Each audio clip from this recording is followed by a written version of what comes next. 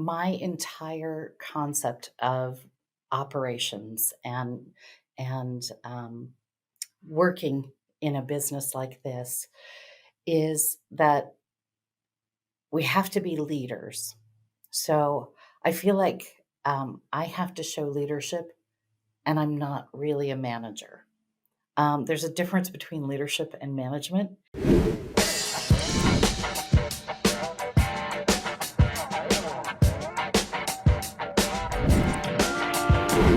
Hello, everyone, and welcome to another Wisenetix Podcast episode. As always, I'm having great guests here with me, and today is no different. I have the pleasure to have here with us today Rebecca Quesnell. Rebecca is COO and Research and Product Development Director at TransAgra. Welcome, Rebecca. Good morning. Hello. Hello, hello. Thanks for joining us. Oh, I'm excited to be here. These are such wonderful podcasts, so I enjoy them so much. We're excited to have you. Rebecca, we always start with some standard questions for the audience to learn a little bit more about our guest speaker. So if you could start sharing a little bit about yourself, your background, who's Rebecca? Sure. So I am Rebecca Quesnell. I started out in human medicine doing cardiovascular research and moved over to the animal side and have never looked back. It's been wonderful working with animals and agriculture in my positions, and so I always I always enjoy collaborating and working with other people who are in the field. Um, I started out um, working with animal reproduction. So I went and got my PhD and had several projects actually looking at reproduction and then also mammary gland research. So finished that and was with Kansas State University for a while, and then moved on to Cornell University up in New York at their vet school, and that was an amazing experience. I had the opportunity to be on a global project working on one of the toughest questions in bovine health, which is mastitis. And that global project led me to Pfizer Animal Health, actually. They asked me to come and run some of their consortia efforts, and I joined them and was in their discovery department, worked with Zoetis as well, so I was there in the transition from Pfizer Animal Health to Zoetis. And then a little company came to me and said, would you consider joining us? And I said, no, thank you. And they said, would you consider joining us? And I said, no, thank you.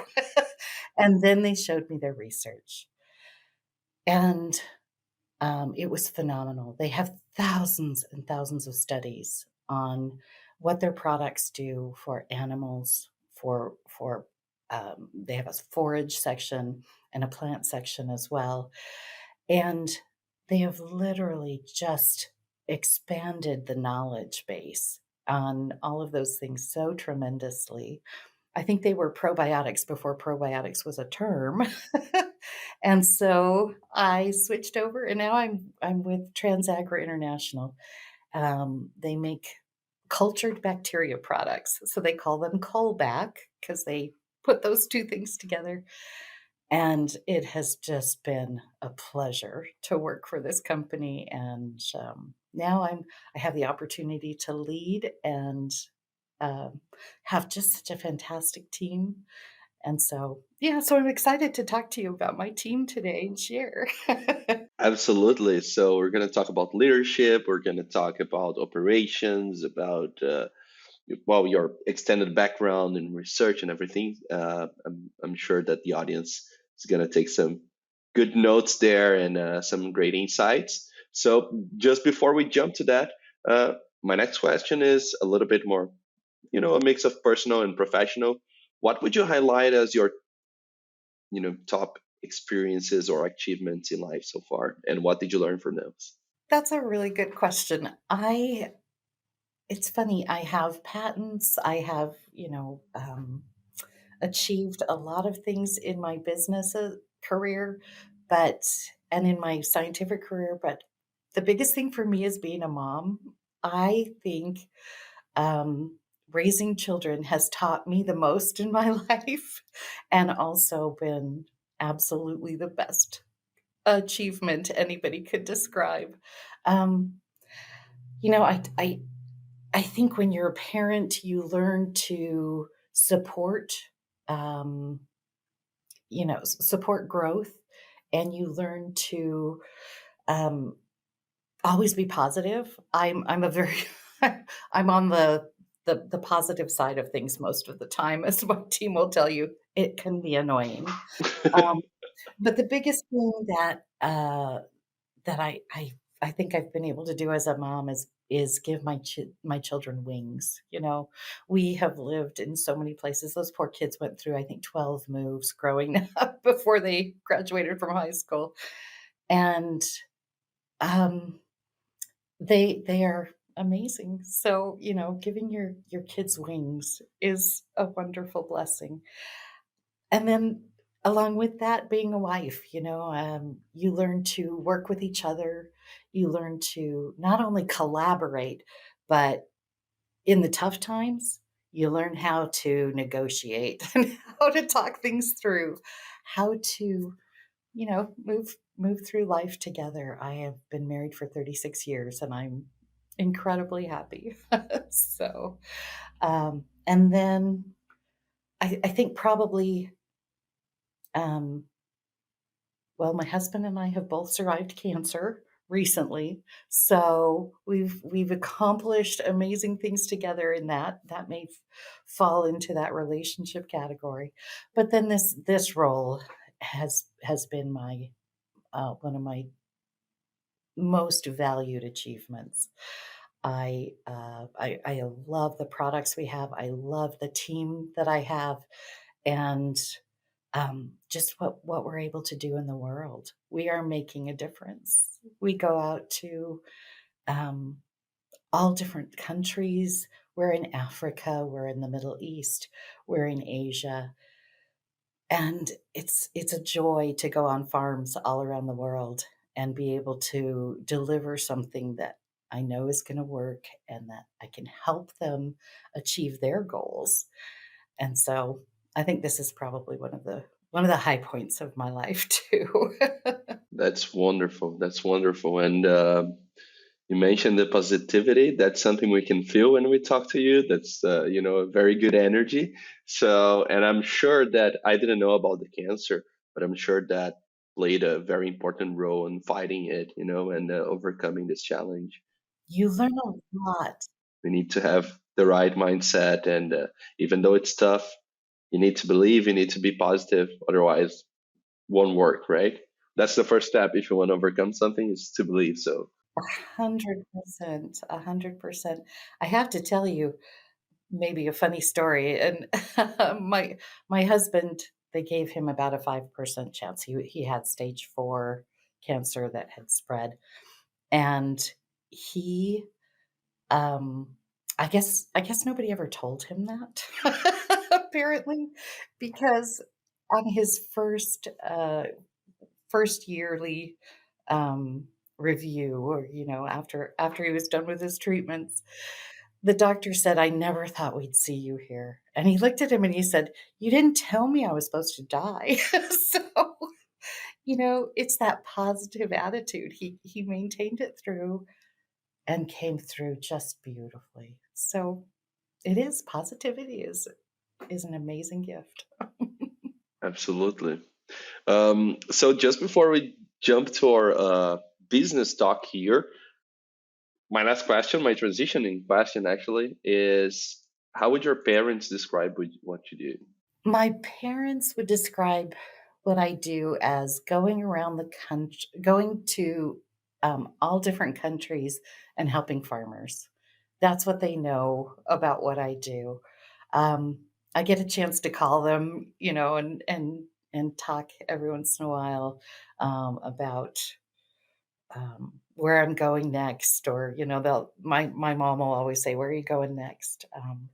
And my father would say that when he was still with us, and eh, it's a joy to go around to all the farms in so many different places and see that people are the same. My dad grew up as a farmer. All of my cousins and my aunts and uncles, they're all, they're all farmers. And um, whether it's dairy or swine or, just serving the land, all of the people that I meet, it, and I can honestly say that all of them have just been so amazing and so caring about their animals, about the land, and about producing food for people. And so the value there, it's all around the world. Farmers and farm people are the same. They have that joy for the land, and they have that respect for what they're doing, and that's amazing to me. So I get to tell my parents that all the time. That's beautiful. It's a beautiful view, and for sure, like we're agriculture is feeding the world, right? Exactly. It's how we are, surviving every day, making sure we have food on our plates and being able to focus on other things, and we don't have to hunt. So, Right. right, or yeah, that's how Phew. that's the first step. What you need, it's our fuel, right, to move the world. So, That's right, that's right. and Rebecca, so you've had this great background when it comes like to science and research, and then you had a new challenge with operations, and that's where I want to start our conversation. So you're the COO of TransAgra today. Can you share some key concepts on how you approach operations at TransAgra today, and specific tools or tactics, systems you rely on to manage day-to-day processes and operations? My entire concept of operations and working in a business like this is that we have to be leaders. So I feel like I have to show leadership, and I'm not really a manager. There's a difference between leadership and management, and I share that with my employees as well. Be leaders, lead the way to a better product, or to you know better functions along the way, and that is one of the best keys. We communicate every week. We have a startup meeting, and we go around the table and talk about, what are our goals this week? Where are we going to go? What are we going to do next? So all of those operational important, you know, items, but we also talk about leading, and what have you seen that maybe could be done better? What have you seen um, that may need some change? So I don't know if you've heard of the Six Sigma program, but I'm a green belt. So there's another level. There's a black belt who really knows what they're doing. But in the Six Sigma program, you take a look at each of the processes that are in your organization and try to find ways to improve, to um, you give people the freedom to be creative and to suggest mechanisms for change.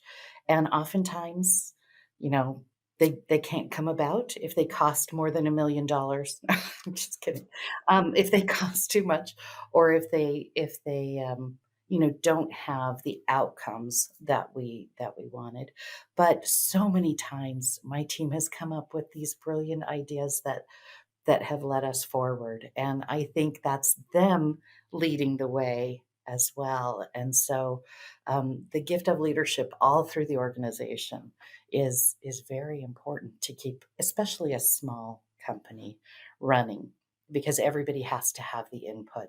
If they're just doing their job so that they can go home at the end of the day, that works, but the company doesn't grow. But when you have leaders all through the organization, then you can grow as fast as you can possibly achieve. So one of the things that has been a really big change for us is when I got here, we were using pencil and paper for everything. Our accounting processes, our inventories, our product management, everything was pencil and paper. We have now moved to a digital system, to an ERP, and I the amount of work we can do by utilizing technologies is has really helped the company. And so we're dipping our feet slowly into those technologies. I even use AI today, in some things, and really, really moving ahead. So that's been an exciting change. And change is hard. Uh, I know, but one of the hardest phrases that you hear is, um, "We've been doing this. We've been doing it this way for 50 years." And here in this company, they can say, "We've been doing it this way for 65 years. Come on." Um, so it's difficult, and it's hard for people to get to that point. And I had a gentleman here. He's a wonderful, wonderful warehouse manager, and he he liked that phrase. He would use that phrase because we were changing things, and he knew they were coming. And he was the very first one to get on the ERP system alone, on the computer alone, and start making purchase orders and production orders and things like that.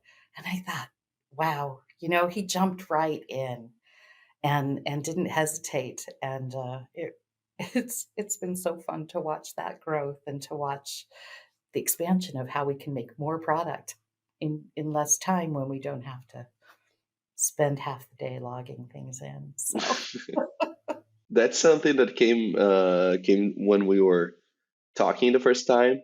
We're chatting. The difference of leadership and managing. I think that's a very interesting view, although something hard to apply very lots of times. I think we have this. At least I do. This essence where you see things in a way we always believe we are right, right? Otherwise, we wouldn't think what we think. We would think differently. So, and we can have this tendency to, try to drive people to do things on how we think they're right. So overcoming this and helping people to find their answers and helping them to grow and lead the company to better results through their decisions. That's something it requires a lot of uh, I I missed the word, but like you need to be very mature, right? You need to mm, yes, maturity. Probably that's the yes. word. Yeah, I think that's very interesting. And now coming back to this point where you said, okay, you join the company, you're implementing new technologies, trying to bring more efficiency to the work, and bring improvements, create do some improvements in the company. How do you make sure to create this atmosphere, this scenario for collaboration among the team? How, like, is there any specific strategies or tactics you employed to encourage employees to collaborate with themselves and be open for in terms of communication, share their ideas? How do you work with that? How do you foster that? I make projects or project teams and try to define. So so one of the things, as I said, during our meetings, we always talk about, are there any things that are not working? Are there any things that need improvement or that you think could provide improvement? And once somebody mentions something, um, and it, it, then we make a project out of it. And I should point out, we also do yearly SWOT analysis. So that is looking at our strengths and how we see our strengths, our weaknesses. What are those perceived weaknesses, and how can we use our strengths to maybe address those? What opportunities do we have? And opportunities allow everybody to dream, right? Sometimes they're big dreams, and sometimes it's something that we can grasp fairly quickly. And then threats. And we talk about how we can use those different areas to mitigate the threats, to expand on the opportunities. And when we do that, everybody gets a chance to sort of evaluate their area and look out into other areas and say, what if we did this, or how could we do these things? And then I form teams and allow and encourage them to collaborate together. So because we're a small company, I don't have many people um, in each area. And so to support those ideas, to support and build, sometimes by just necessity, we have to collaborate, we have to work together. Now, sometimes is that really difficult? Absolutely. When people have very different thoughts on how things should go, when people have different preferences. Sometimes I think we've changed our phone system several times now because just the way we went forward didn't quite work out as we'd hoped.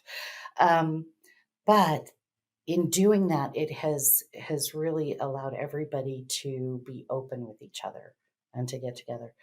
One of the other things that I learned in working with the Pfizer consortia was that downtime is very important. And I don't mean that in a production sense. I don't mean that from the operations, moving forward and getting things done sense. We always have to do that. But providing times when everybody can get together and um, step out of the work environment and do something that is sort of team building. I know that that concept may be a little worn, but when I was with the consortia efforts, we had people coming from all over the globe. They were and many different expert areas of expertise. So they weren't always communicating on the same plane like we wanted them to. And so we would go out to dinner. We would go to an event. I think um, we always had some sort of outside of work um, event. We were in France in the Loire Valley, and walked out into a meadow, and a gentleman came and taught us how to taste wine. Now, I downed the first glass of wine, and they said, "No, no, no, we're going to drink a lot of wine today. You need to spit that out." But the whole group got together, and I think sometimes, and then we would get together in the evenings after the events were all over, and sit and talk over a drink. Sometimes we got more accomplished in those times than we did when we were all in the meetings, in that meeting setting. We were able to relax, we were able to converse about things without any judgment or other perspectives, and we were able to share our perspectives with everybody. And I think we got more done sometimes in the off events. And so I do that with my team, just try to make sure that, you know, we have a Christmas party every year. We try to do things, you know, Friday afternoons, maybe we can get together and do something, or um, yeah, just to add those perks, add those moments when you get to know somebody on a different level. Yeah, no, no. I think that but we work in a online company, so everyone is in a home office, and that's one of the biggest challenges I see today. Building this culture in an online environment is very, very hard. Something very hard to do. Of course, we do our best, but I see it as something essential. From time to time, having everyone together in a space where they feel comfortable, relaxed, and their objective basically is building their relationship with their colleagues and strengthen those relationships. And that's something I always loved. I worked in different organizations in different formats, sometimes hybrid, sometimes in law in person, home office, and everything. And those moments when we got together were always like, the best ones. And not only in terms of, you know, building the relationship and strengthen the relationship, but also using these moments as fuel, for the months to come. You get this energy on like, hey, I like what I'm doing. I'm having fun. It's a good opportunity. I'm grateful for that. And yeah, no, it's something very important for to leverage and build a culture. I have to agree with it. You make a good point about, I think so many companies have tried to go to the online only, or, really, really take advantage. And I will say online has been phenomenal. If you consider what happened through COVID, I can meet with my customers, and I meet with my customers on a regular basis.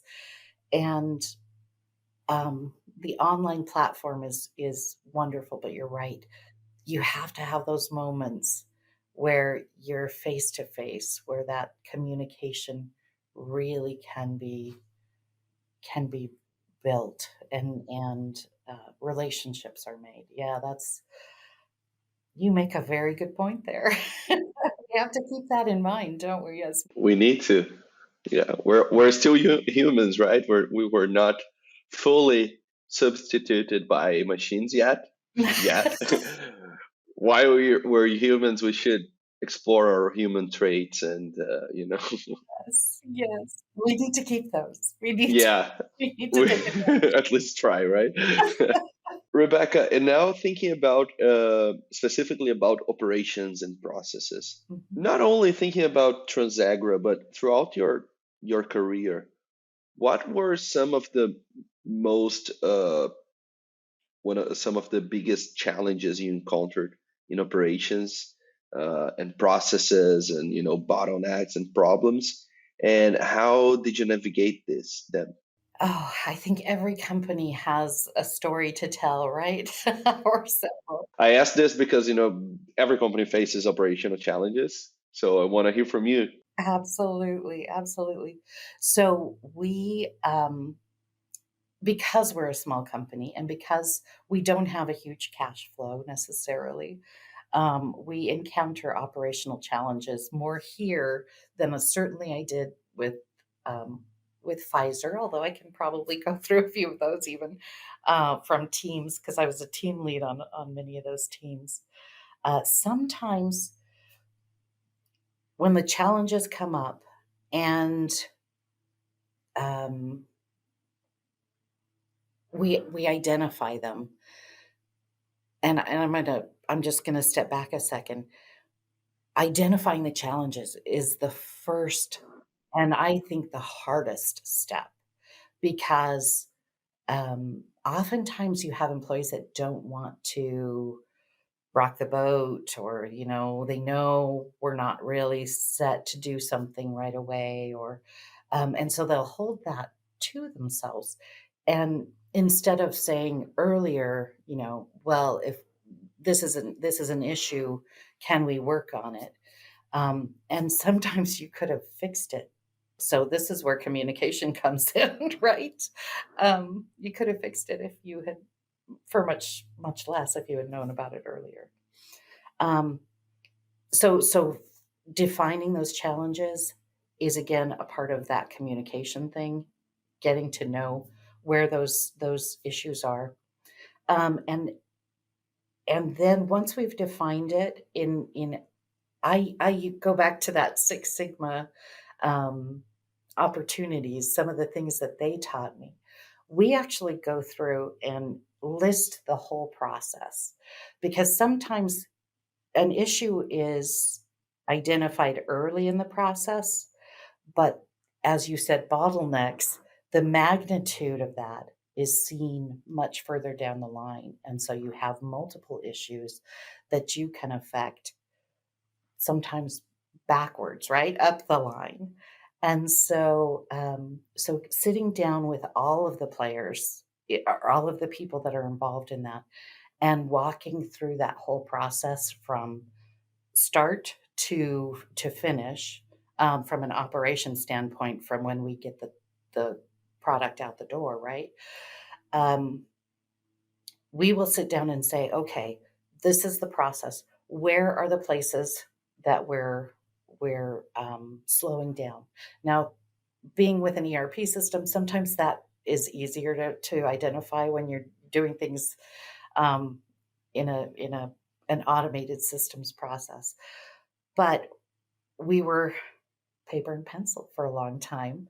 So we would literally have to go back and look at those production records, production reports, sometimes even just the early stage of when it first came into production, and work our way through the whole process. So I think when we talk about fixing something that's a challenge, or encountering something that's a challenge from an operations standpoint, it's looking through the entire stream, and not just focusing on one area at a time, because it's always going to have a downstream effect, or sometimes even an upstream effect. So we sit down with the whole team, identify what that is, and then find creative ways to solve those problems. Sometimes you have to buy the new equipment. Sometimes you you have to come up with creative ways that you can do things around the equipment issues for the time being until you can get the money to do that. There are those the biggest part is communicating with the team, letting the team who is on the ground, experiencing the problems, tell you and have their input, and then allowing everybody to be creative. I am not the person. I mean, I can come up with the ideas, and I could input those, or impose those on everybody, and it could be a complete disaster. But I've got these creative people who are already doing the job and know the ins and outs of the whole thing, and getting them together to collaborate on it. We talked about those projects. This is or a place where I would call it a project. We're gonna deal with this as a team. So that's I depend on my teams so much, because I'm not one to say the solution. I know the solution. Let's do it. Let's do it my way all the time. So we can summarize in first having the ability like identifying the issues, the challenges. Define. Make sure that they're communicated and we're not blinded by them as well. Then reviewing all the process, not only that specific, things around that specific problem, but the whole chain and the process involved there. Then we look at data, reports, what are the information we have. We gather everyone together to analyze this data and discuss all the stakeholders and people involved in that process to come up with creative ideas and keep clear and transparent communication so everyone is understand the problem, understands the solution, and is aligned. Yes. That's a good way to summarize it. That is a great summary. I would say at the end, I always have I love that summary, but I always have at the end a celebration of the process as well. If Celebration of the we are able process. to achieve something, um, whether that's buying lunch for the team or whatever, we always celebrate the fact that we've accomplished something. Absolutely. We need to celebrate all the wins, the big ones, the small ones, and it's about progress. Yes. And Rebecca, another thing that we touched in our first conversation was efficiency and also quality. So maintaining quality standards and improving efficiency can be a delicate balance, right? How do you approach this, and what measures do you implement to achieve both efficiency and quality? That is that is something that to this company falls right to the goes right to the heart. Um, we are all about quality, and sometimes that means that it takes a little bit longer to do something. But maintaining efficiency is how you improve your operations, is how you can increase your production and productivity. And so balancing the two of those comes, is the financial really goal for the company. Um, so we are very careful with our quality controls. We have them all along the line, and we are very careful with our inputs. I think sometimes when we talk about efficiencies or we talk about ways to save money in a company or whatever, people will go to the inputs and say, well, we could buy, a commodity this or a cheaper that. And the one thing that is really important in this company is that we do not buy, commodity inputs. We are always about making sure that um, every product is made to the highest quality standard. And so our efficiencies have to come somewhere else. And so this is where you have to get a little bit more creative because we can we've learned that we can overlap some processes.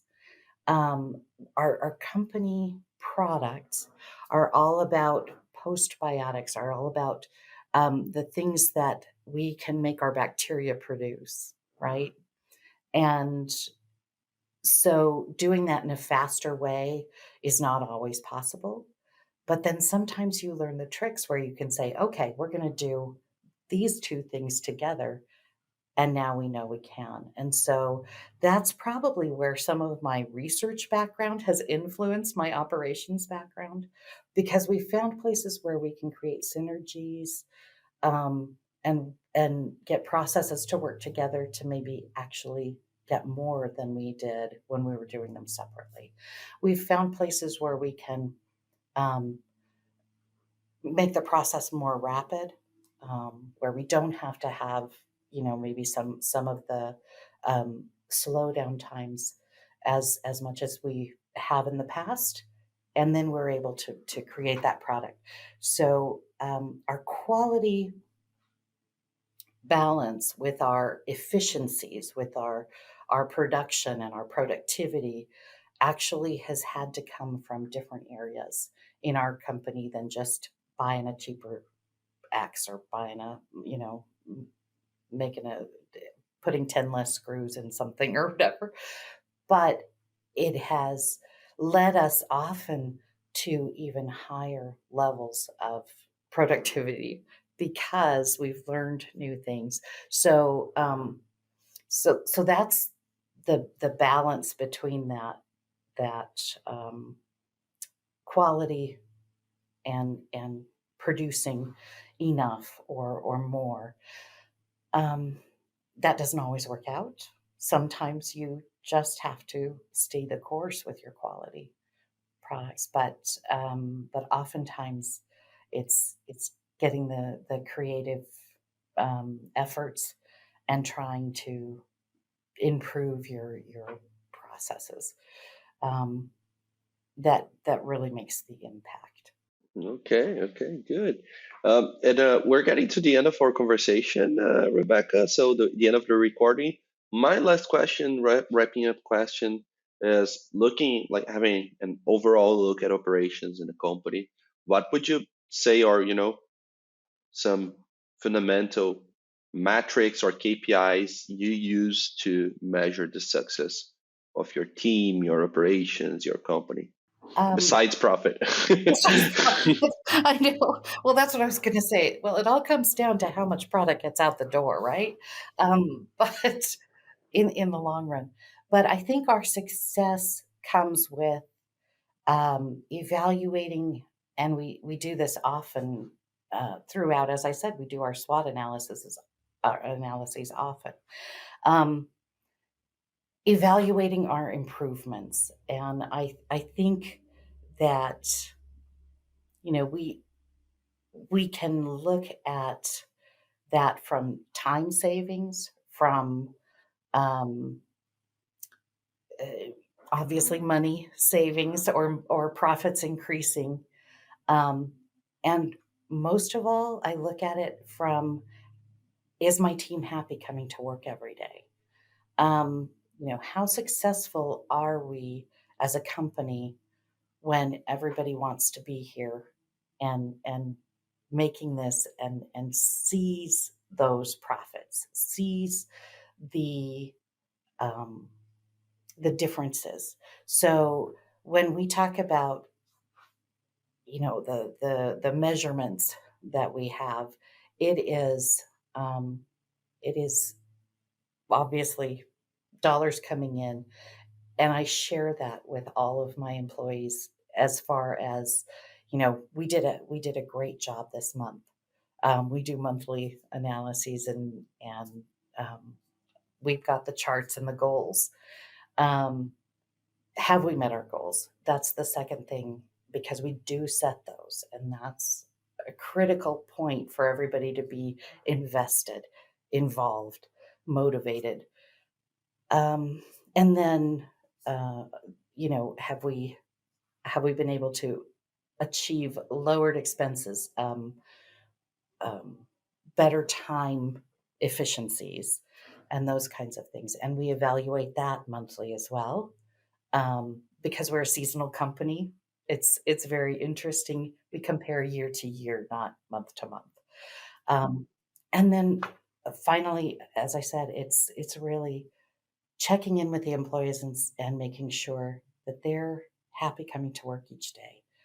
And, we all come to work grumpy every once in a while, but making sure that really they want to be here and they understand the value of what they do and how that impacts the world, how that impacts food, you know, for everybody in the world. So that's that's a great joy. And I have wonderful customers who actually come and visit. So if they're in the United States, they'll make a trip to Iowa, and we are in the middle of nowhere.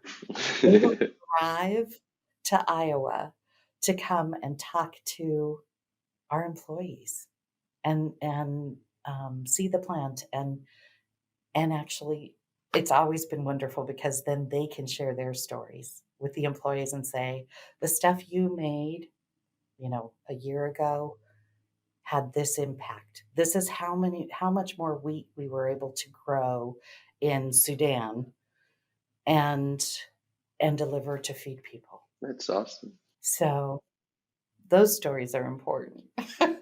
They are. They certainly are. Rebecca, thank you so much for sharing those great insights. I love the conversation. Yeah, I could stay here for a few more hours if needed, but we're coming to the end of our conversation today. Again, thank you so much for sharing all of it. And last question is, where can our listeners find you online if they want to connect? They can find us at www.callback.com. And so again, that's the cultured bacteria. So we took the first part of both. So it's www.culbac.com. That's awesome. And for you that was listening, was listening to our great conversation here, thank you for your company. Thank you for staying with us. And I hope to see you all on our next episode. Thanks, everyone. Thank you. Bye bye.